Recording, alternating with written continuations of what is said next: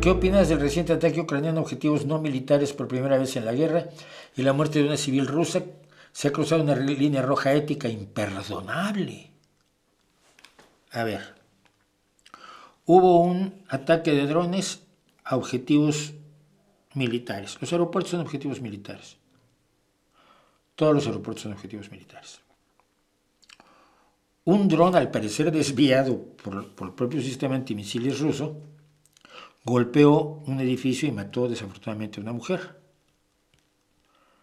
¿Me estás diciendo que tú sabes que Ucrania lanzó ese dron contra ese edificio para matar a una persona, un civil? Porque los ataques de misiles rusos a centros civiles ucranianos, que se repiten todos los días, sí tienen ese objetivo. Y esa no era una línea roja imperdonable. Vamos a hablar de eso.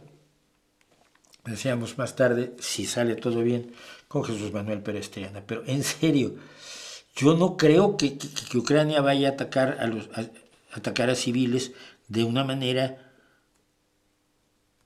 como la que ha utilizado desde el día 1 de la guerra Rusia. Pero Rusia mató civiles, destrozó Mariupol, tiraba con un tanque a una persona que venía en bicicleta. Eso es normal.